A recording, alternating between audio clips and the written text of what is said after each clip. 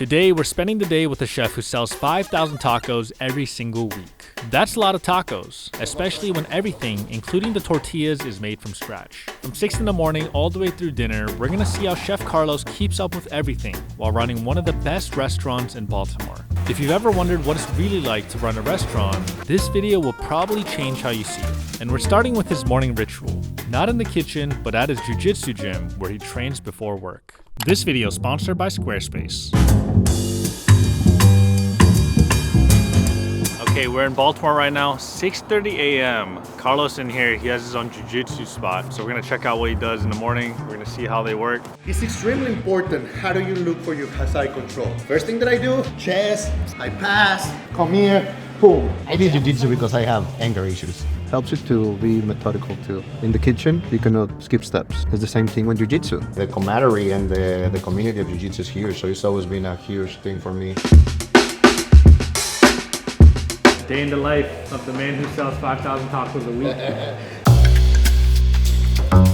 You're late to work, dog. You're late to work. You gotta hustle, okay, please. You're the future of this city. So right next to your jiu-jitsu gym, your restaurant is right here. Also, the kids, after class, they get free burritos. So every kid that trains jiu-jitsu, for free at Guardian, they can come here and get a burrito.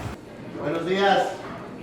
So the first thing that I do every time in the morning, jiu-jitsu, and I start checking inventories. So right now, I know that he already produced shrimp. I count how much carne asada we have. I go through 40 pounds, 50 pounds a day of cheese. We have all the salsas, arbol, verde, totopos, medium. The inventory that I carry here, I try to move it every 6 days. So that's the corn that we get from Oaxaca. So yeah, those are 50 kilos. Right ingredients, right people, you make the right product. Out of all the cities though, how come you chose Baltimore? Because my business partner called me and she was like, hey man, I found a building on Craigslist and I know how you cook. I'm super good at making cocktails and bars. Let's open a mezcal and a taco shop. This is the math to find out how many tortillas we made. You need to So make. that week we made 6,000. So I know if I tell you that if I go to last week, we're gonna be between 5,800 or like 6,000 if I make the math of the last week.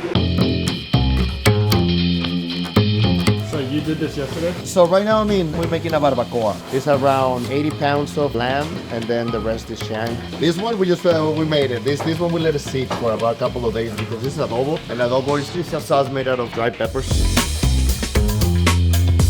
Right now, we're just gonna fill it up, and then we're gonna put it on a high heat until it boils. What's in that marinade here? We have coffee, negra modelo. We also put onions, garlic. Also, it's very important because a lot of people don't eat pork, and we have to have a balance on the menu. So that's why a lamb option with a little bit of beef. It goes for about 4.5, 5 hours. He's gonna be babysitting it every hour, hour and a half. It's a long process, but you have to make sure because you don't want any of the meat to stick. If you have any bones, any meat sticking on the bottom, you can change the taste of the barbacoas. So we have 2 suckling pigs here too, wrapped in banana leaves. What it does, it gives a taste to the pork. Wow, look at that. Yeah. Now, how long do the pigs go for? Last night I started this process around midnight. So I'm gonna heat blast it 350 and see where it goes from there. Let me show you the rest of the spot. Avocados from Mexico. It's a big mafia, the avocados, man. They keep them, they jack the prices out. But that's a struggle right now because it's a commodity everybody wants. Price is super high and the quality goes down too. So what I'm noticing, she's actually removing all of the brown parts. She has to go through everything. You gotta think about the avocados, that they're gonna be very inconsistent on how they ripen. So we have to put them to a ripen process here. They expire fast. This one is an avocado that is still green. Most of the time when I say that it ripens when you can take this off and it comes right off. So that's a ripened avocado. You can see that it's ripened. How many pounds does she do per day? She's like 50 to 60 avocados. On busy days like Friday and Saturday, 70 to 80 avocados. ¿Cuántos aguacates has partido en tu vida?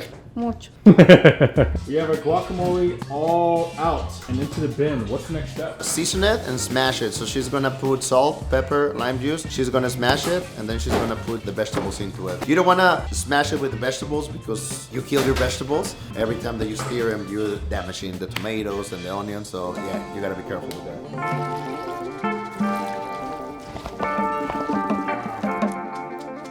Ooh. Gracias. I need to go and check the pig now. See, now we get in there. Now it's way softer than we want it. So now it's actually pulling apart. What I'm gonna do, I'm gonna blast it again. I actually gonna freeze some of the skin at the end too, so we have some crispy skin at the end. It's working, it's working. Almost done. Woo-wee. So this is your dry corn. We get it from Oaxaca. And this is a 7 to 8 month dry process from the fresh corn. And with nixtamalizes. So this was cooked yesterday for about an hour with limestone. So the difference between this corn and the original corn is because now it's hydrated. So that's gonna go into here. We have 2 volcanic stones. The volcanic stones are used because it's the only stone that does not crack. We're gonna control the heat with tension and with water content. So right now what are we gonna do? We're gonna wash the corn. So we can take some of the husk away too. So you can see, look at all the trash that we're seeing. This is the husk disappearing. Corn is a pride of Mexico. And right now in the United States, you can find GMO-free corn. This is natural organic corn with no GMOs that is not found in the United States, okay? And this is something that in Mexico we have probably up to 30 kinds of different corns in Mexico that we can have. So this is the corn that we wash, yeah? You ready? Yes, sir. Now, before we get on with the rest of this video, I want to give a quick shout out to Squarespace. It's an all-in-one platform that makes it insanely easy to turn your ideas into a business. So whether you're selling digital products, merch, or even booking clients, Squarespace's online store tools make it extremely simple. You can manage inventory, take payments, and even handle shipping, all in one place with a site that looks beautiful right out the box. Plus, you get built-in analytics to see what's working and easy drag and drop tools to make your store look and feel like your brand. So if you've been thinking about launching your product or turning your side hustle into a real business, check out the link in the description below for a free trial and use my code for 10% off your first purchase of a domain or website. All right, let's get back into the video. It's grinding it right now. Right now we're gonna get into the consistency that we want. So this is what we want. It's nice, soft. Wow. So how many pounds of masa? So right now we're gonna make 40 pounds of masa. So it's around 20 kilos. And this is gonna give us probably 800 tortillas we're looking to do today. Back in the days, they used to sit down on their knees and do it against the volcanic rock at the tape. Now we're lucky that I can produce, I don't know, 40 pounds in an hour. You know what I'm saying? Right. Make a little masa ball. But if she will be making this by hand, she will have Popeye's arms. She will be like super strong. She still has to do hundreds and hundreds of tortillas right now after this. Wow. So it's a process that has to be appreciated for what it is.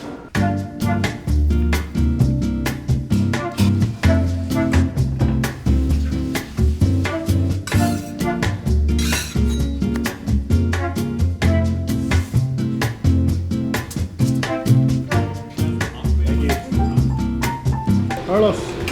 Yes, tortillas. sir. Oh, tortillas. Now look at that beautiful tortilla. So right now we put a little of lamb, onions, and then my favorite thing, a little bit of avocado. We put a little bit of touch of lime for you. Now let's try. Oh my God. I like that the tortilla has a little bit of body to it. You can taste the corn. Yep.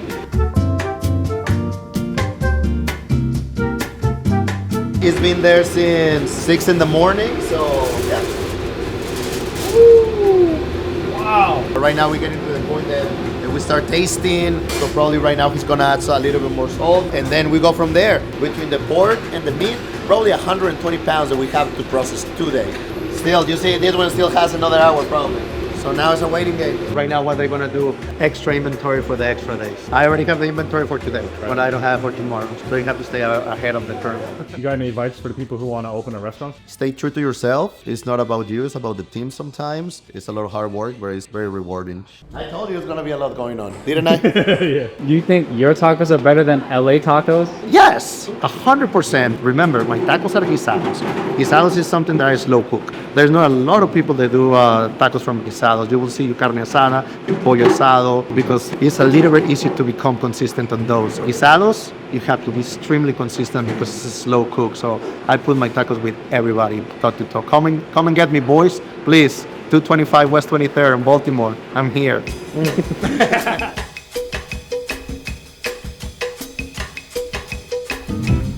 All right, so it's about 12 p.m. right now. Apparently someone brought in a deer. So they made some venison meat out of that. They're gonna eat that. Let's go check it out. One of our ladies in the kitchen, one of their friends is a hunter, so I gave it to him and she brought it, and Concho made the barbacoa. It has tomatoes, it has potatoes, rice, and you got beans, so make yourself a bowl. I feel like I'm part of the team today. Oh my gosh, dude, this meat doesn't stay on the bone.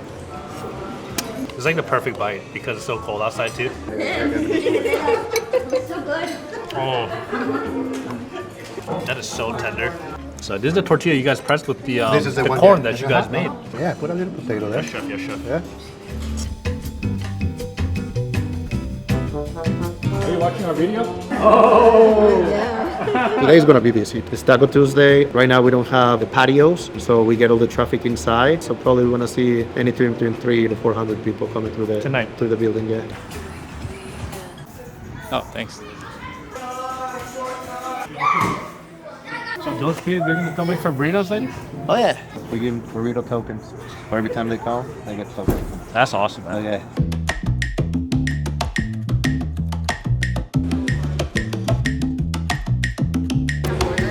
Okay, so right now it's 4:37 p.m. They have a pre-shift meeting at 4:45 p.m. It's pretty much a huddle before their dinner service starts at 5, but it's amazing to see how the energy ramped up since the beginning of this morning. Someone dedicated to making sure all the utensils are clean. Someone organizing the tray of waters, getting sauces ready, spices for their cocktails. Everybody kind of has their set role. It almost feels like a real team environment. I feel like you're the head coach managing your players, you know? John Harbaugh. No, John Harbaugh today. Juan Harbaugh.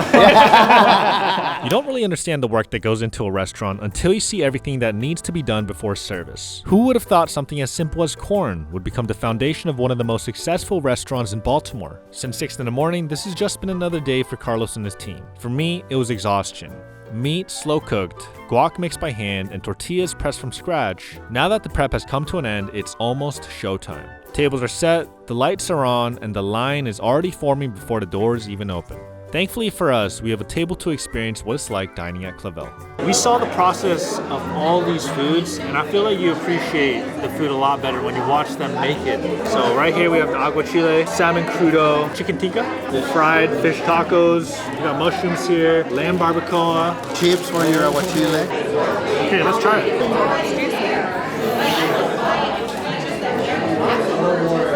Oh my god, I can have like 30 of those right now. Dude, I love the sauce. It's so creamy. The fish is cooked so perfectly. It's so tender. You have like the crispy exterior on the cheese too.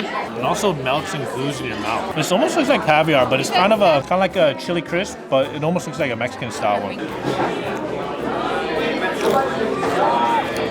Oh wow.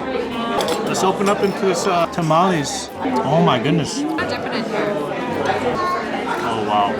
It's almost like a mashed potato wrapping this meat. You can taste a bit of the corn. So we saw all of the fish that they processed earlier this morning. That is in this. Wow. So we got celery, octopus, some red onions. Get a little sauce on that. Let's have that bite to start. Alright, I really want to try this one. And they made this like salsa verde sauce here.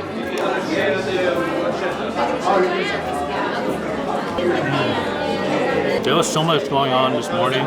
Huge respect to Carlos and his team. The food so far, I think easily 10 out of 10. I've been James Beard nominated, and then we have 4 nominations for the bar. So yeah, but Michelin, I don't know why they don't come to Baltimore. Maybe we intimidate them with good food. Do I have a message for the people? Come and see us. We represent a lot of good food here. Come and see us at Baltimore. We have Michelin-stars, no Michelin. 3, 2, 1. Subscribe!